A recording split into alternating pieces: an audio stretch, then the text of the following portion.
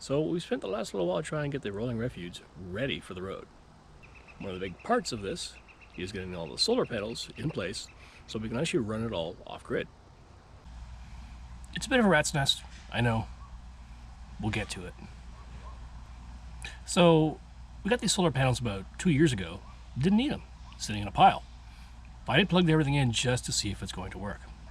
So what we have here is 3 170-watt solar panels, all connected in series. It isn't actually as bad as it looks.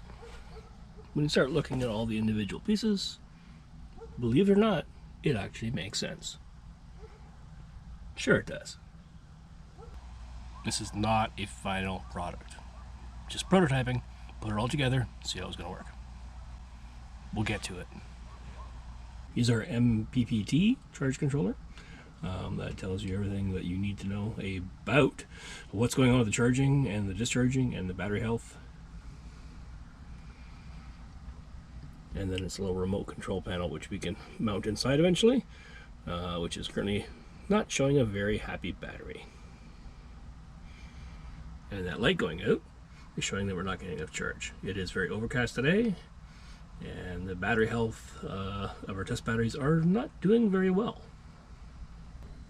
Here's our pure sine wave inverter, 3000 watt. Should be plenty to run anything that we need to run, especially our satellite dish, our Starlink Dishy McFlatface. There's a happy battery, but that is only because we are cheating. We have a fairly standard, a nice but fairly standard car charger, and that is keeping everything topped up just so that we can run everything. Unfortunately, our batteries are quite ancient and have not had a good life over the last 2 years, so they are not holding a charge very long and get drained down very quickly, which is why we were cheating. So what we have connected up here by all of these jumper cables is 4 6-volt batteries. So 2 in series to make a bank of 12, and then 2 banks in parallel to give us a few more amp hours.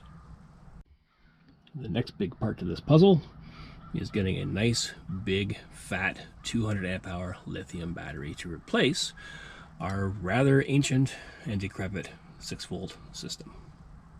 And that's where we're at for now. Waiting for a nice big fat lithium battery to hold all the charge from the solar panels and give us a day or 2 of use while it's overcast and cloudy to be able to provide internet for both us and all of our guests at the Rolling Refuge. Looking forward to seeing everybody on the road this summer.